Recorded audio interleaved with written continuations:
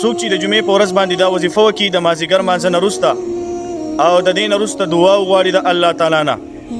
نو د بلې جمعې د راتلو نه مخکې به الله تعالی دغه دعا قبلوي. د څه مقصد پوره کېدو لپاره چې دا وظیفه کړې وي په هغه مقصد پوره کېدو کې به الله تعالی کامیابي ورکوي، یا د یو مشکل حل کولو لپاره دا وظیفه ته وکړله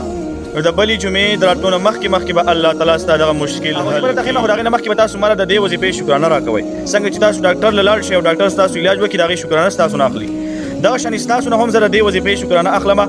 نو دې وظیفې شکرانه دا ده چې دا ویډیو د ثواب په نیت باندې مخکې شیر کړئ، دا به ستاسو دپاره صدقه جاریه هم وګرځولی شي او ستاسو نه به بل مسلمان ته خیر او پیدا ورسېږي. کله تاسو د جمعې په ورځ باندې د مازدیګري لمونځ وکئ نو په خپل ځای باندې به کښېنئ او اول به 3 پیرې سوره اخلاص ووایئ، یعنې دا سورت قل هو الله احد تر اخره پورې، او بیا به آیت الکرسي 3 کرته ووایئ،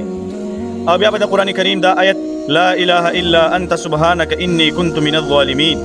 دا به 15 کرته ووایئ، او بیا به درود ابراهیمي چې کوم په مانځه کې وایو اللهم صل علی محمد تر اخره پورې دا به 11 کرته ووایئ. د دې نه وروسته به د الله تعالی نه دعا وغواړئ. څه قسمه دعا چې م وغوښتله انشاءالله که الله تعالی ته منظوره وه نو د بلې جمعې د راتلو نه مخکې به الله تعالی ستاسو دغه دعا قبوله کړې وي. دعاګانې